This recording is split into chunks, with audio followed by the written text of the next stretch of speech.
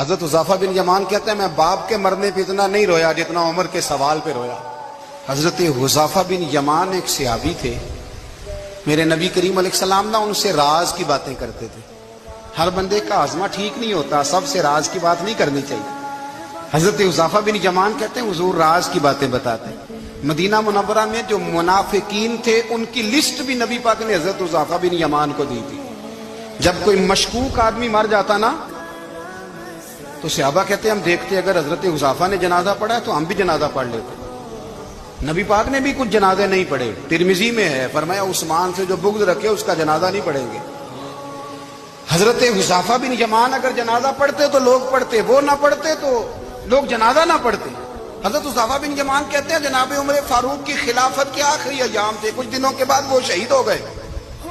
فرماتے آدھی رات کا وقت تھا، میں گھر میں سویا تھا بڑا بے فکر، اچانک میرے دروازے پہ دستک ہوئی، میں گھبرا کے اٹھا، اتنی رات کو کون آیا؟ کہتے ہیں قربان جاؤں، دروازے پہ گیا تو امیر المومنین فاروق اعظم دروازے پہ۔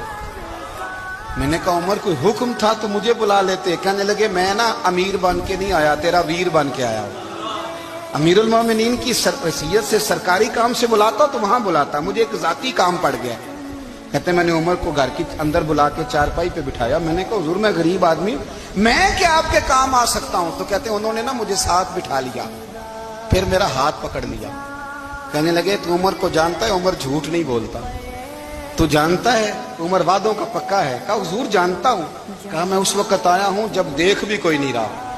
حضرت حذیفہ بن یمان کہتے ہیں پریشان ہو گیا، حضور پہلیاں نہ بجھوائے، مہربانی کر بتائیں کدھر آئے ہیں؟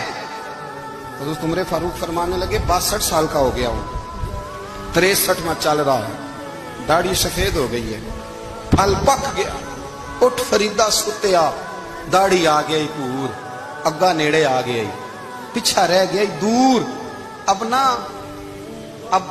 قبر اشر کا معاملہ صاف نظر آنے لگا ہے۔ کہا حضور مجھ سے کیا چاہتے ہیں؟ حضرت عمر رو پڑے، کہنے لگے آج میں عشاء کے بعد نکلا ہوں تو نبی پاک کے صحابہ مجھے نیک کہہ رہے تھے، پھر میں نے بچوں کی ماں سے اور بچوں سے بھی پوچھا ہے، وہ بھی مجھ سے راضی ہیں۔ اور حذیفہ تیرے ساتھ نبی پاک راز کی باتیں کرتے تھے، سچ بتا کہیں عمر کا نام منافقوں میں شامل تو نہیں؟ سچ بتا ان منافقین میں تو شامل نہیں، کہیں اوپر سے تو نہیں سارا کچھ؟ حضرت حذیفہ بن یمان کہتے ہیں میں باپ کے مرنے پہ اتنا نہیں رویا جتنا عمر کے سوال پہ رویا۔ میں قدموں میں بیٹھ گیا، میں نے کہا نہیں عمر یہ تو میں نے نہیں سنا، لیکن یہ میں نے نبی پاک سے ضرور سنا ہے کہ میرے بعد اگر کوئی